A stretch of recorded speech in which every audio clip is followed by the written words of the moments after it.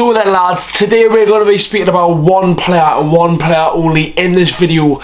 This video is going to be all about Lewis Hall. We're going to be speaking about his performances recently, how important it is to get him on a permanent transfer, how much quality he can bring to Newcastle next season, and the future of him for Newcastle and the left back position for Newcastle, because we've always had issues with it, and finally we might have it set and sealed. Before I start the video boys, make sure to leave a like, subscribe to the channel if you haven't already. It would mean a lot if you could do so. Anyways lads, let's get them now, and we're going to just be speaking about Lewis Hall and everything that he's going to bring to Newcastle next season. So then Lewis Hall, let's go into everything now. So firstly I'm going to speak about his career and what he's done so far. In his first season at Chelsea, he played one game in the FA Cup.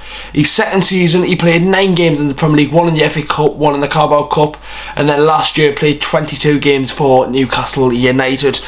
Speaking on the fact about what happened at Chelsea, I think he stood out a lot more compared to some of the other younger players who have played for Chelsea, is because he was playing in a side that was very disconfused, very in the change of things. Obviously he was playing for Chelsea when Abramovich left, and they were going through that transition period where they had to change and stuff, so they weren't playing great football, they weren't performing very well, and they couldn't pick up wins. I think that's why Lewis Hall stood out a lot more than some of the other players, because you look at players like when they brought in Enzo Fernandez and the big money players, they should stand out, and I don't think they really did, whereas Lewis Hall was a young lad and he performed quite well, and he stood out more to them other players who were signed for big money. Like Cucurella, Ben Chilwell were in that left back position for Chelsea, and Lewis Hall had that for a long period of time in that 2022-23 season. So I think having that position where Lewis Hall was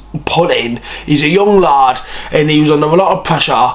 18 or 17 at the time. He don't know how he'd for Chelsea. Did he deserve the money move straight away? Probably not. I think it was the right move for Newcastle to get him in on loan and see what he could do.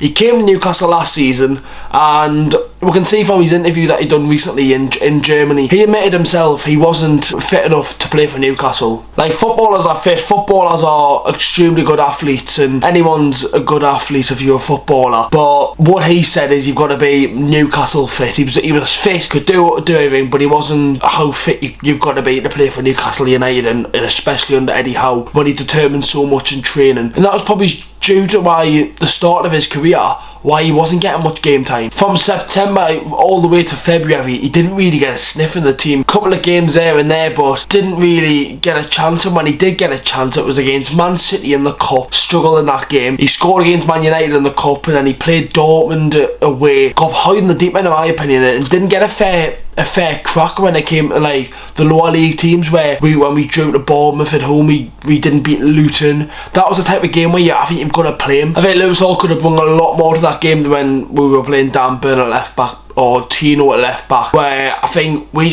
just sort of lacking that bit of pace and a bit of cleverness down that left hand side, where Dan Burns not a left back. During the course of last season, if Lewis Hall was Newcastle fit, could we have got through in the Champions League? Could we went further in the Carabao Cup? It's all if buts and maybes, but next season, I went to Hull yesterday, I'm recording this on the Sunday, I went to Hull yesterday and he was my man of the match. He was so good. There was one time he made a bad pass and he was so determined to win that ball back in a friendly game where you don't really have to put that dedication in it, but he does, because he cares and he wants to do well. That's what's so good and so brilliant about Lewis Hall. We've got to remember, lads, he's 19, obviously he has signed permanently for the club now, and the left back situation in Newcastle, it's a weird one at the minute. So currently at the minute, he is literally our only left back. I'm not classing Dan Burn as a left back, because he's not a left back, man. He's been playing centre half towards the end of last season. He performed quite well. Matt Target got injured against Man United in the Cup, and he's not been seen since. I think he's been on the bench once, which was for Chelsea away, I think. Apart from that, he's not been seen, and he's nowhere near the squad.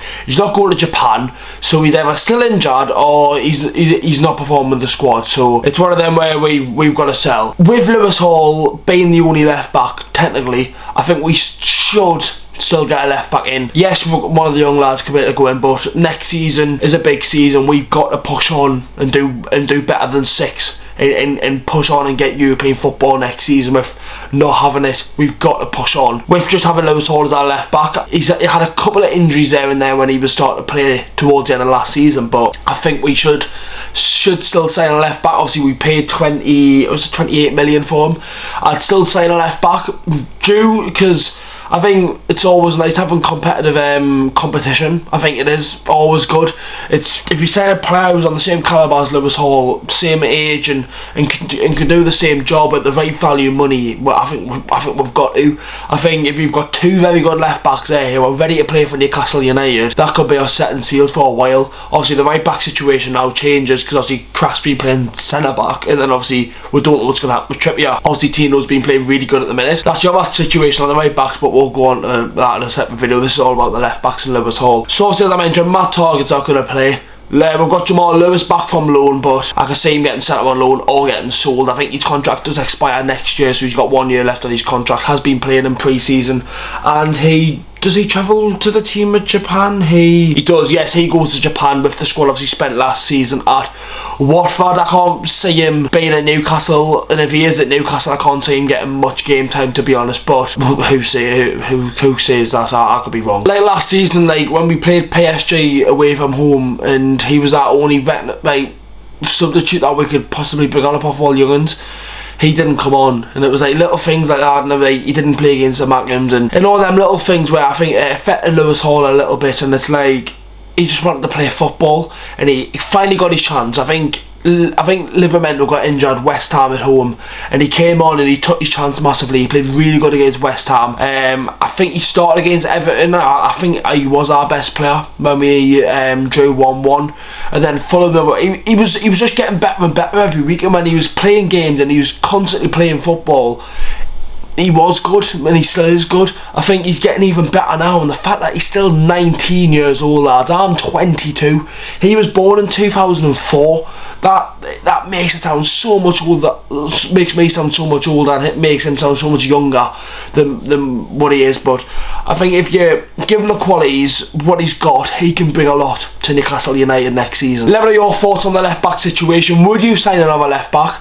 Would you just keep Lewis Hall and maybe keep Jamal Lewis, or would you try and strengthen the position and try to move forward, or would you change it up? Would you keep Dan Burn left back? There's loads of things we could do. Obviously we're still waiting for news on Matt Targett. We literally don't know what's going to happen with that, but little video speaking about Lewis Hall, boys. Make sure, hopefully you did enjoy the video. Make sure to leave a like or subscribe to the channel, boys. I'll see you all in the next video. NEWCASTLE!